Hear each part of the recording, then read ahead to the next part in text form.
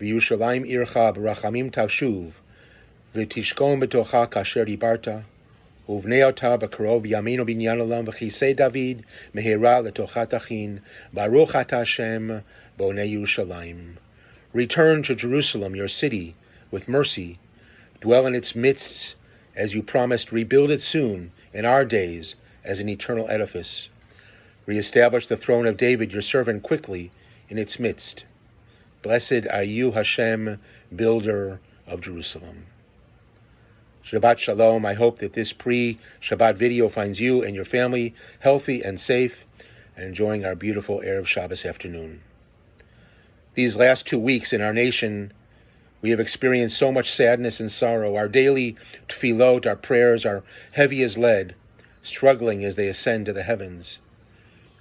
And even as our nation mourns this Memorial Day weekend those who made the ultimate sacrifice for our nation over the years, our minds are focused on children, mothers, fathers, siblings, aunts and uncles, grandparents, casualties of a war that is fought at home, in our grocery stores, in our synagogues and churches, and in our schools. The ancient prayer for redemption recited in our thrice daily prayers resonates with us all today. V'Yerushalayim ircha b'rachamim tashuv. Return us, God, to Jerusalem. Not only Yerushalayim shel mata, the geographic, physical focus of our prayers, but to Yerushalayim shel mala, the Jerusalem of the heavens, the coming of the Messiah and the source of our restoration. For a United States bowed in grief, we desperately need the healing power that hope brings, a Yerushalayim shel mala.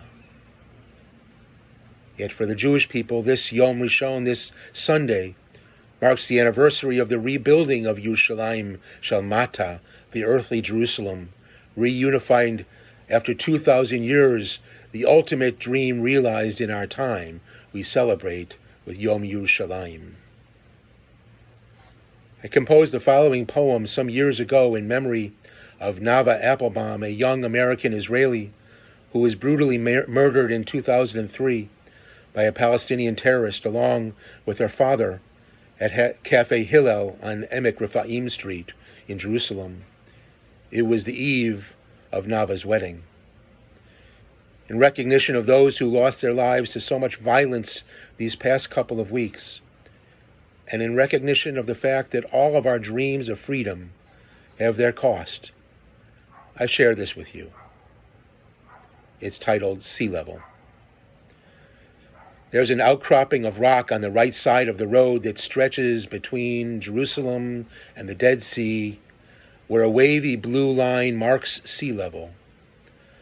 A reminder that in the days before Abraham walked the land, Leviathan slipped easily between the reeds, now a distant memory preserved in the fossilized remains of billions of heaven's tiny servants.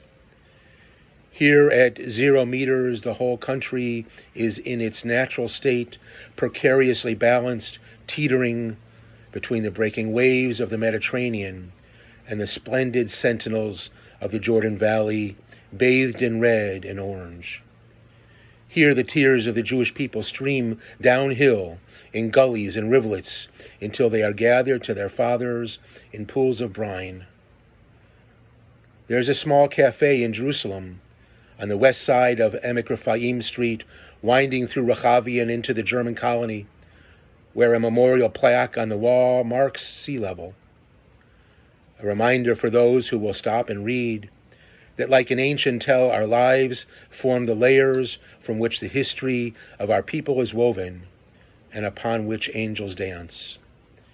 Here in the Valley of Ghosts, across from the paper stand, heaven itself hangs in the balance. A bride of Jerusalem floats on the cool breeze, while the drumbeat of the city calls her name and then defaults to life. There is a song in Jerusalem that has no particular place, but whose words, when placed in the mouths of children, forms a prayer that marks sea level. A potent reminder that the world hinges on the heart of man.